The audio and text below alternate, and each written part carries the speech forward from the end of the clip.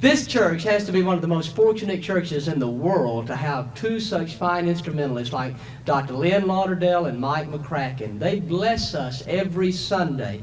But tonight, they're going to particularly bless you as they share in a piano duo for our second in a series of August mini concerts. So you listen to them and thrill with them. It's going to be exciting.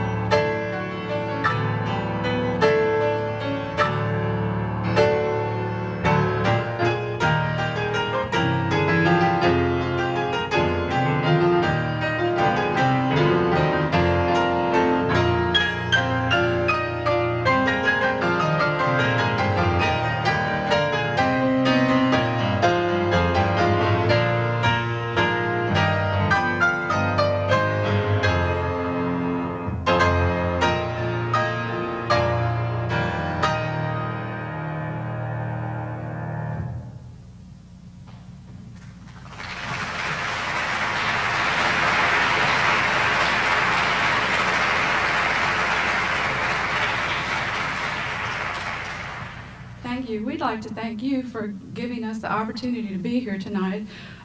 It's most enjoyable for us to get to work together like this because usually we're working separately, me over here and him over there. So this has been a very nice treat for both of us.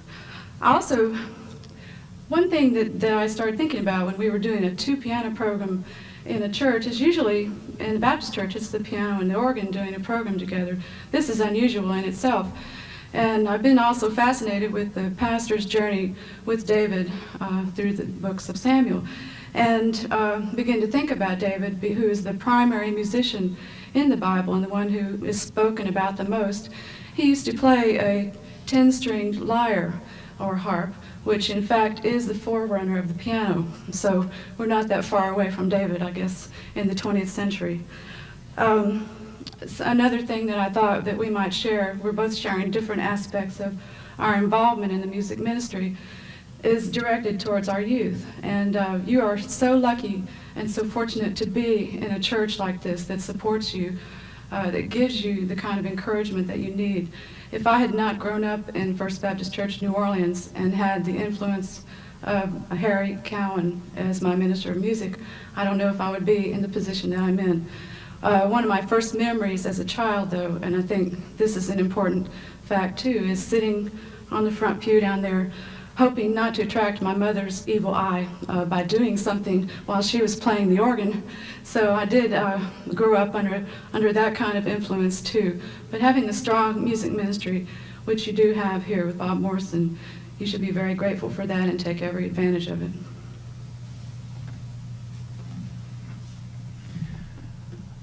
A year ago, when we suggested to Mr. Morrison that we were going to do this, I said, this is great. I'll pick pieces that are comfortable for me to play, and I'll give Lynne all the hard parts, and I'll just sit there and relax and enjoy it. And I said, well, after all, I've had 6 piano lessons, so that should just about take care of it. It's true. Now I've had 12 weeks of piano because Lynne helped me a lot while we were working together. But I was excited as it came closer to the time, and I said, McCracken, what are you doing, you fool? This is not your instrument. And then I thought about Philippians 3:13 and 14, and it says, "Brethren, I count not myself to have apprehended, but this one thing I do, forgetting those things which are behind, and reaching forth unto those things which are before, I press toward the mark for the prize of the high calling of God in Christ Jesus." As I worked on this music, I thought, if you never strive to do things harder than you're capable of, and you just sit in your comfortable little piano seat and make everything that's acceptable and perfect to you, then you can't grow. And I want to go to that high calling of Christ in my music and everything that I do for Jesus Christ in my ministry. So we hope you enjoy our program as you prayerfully support us this evening.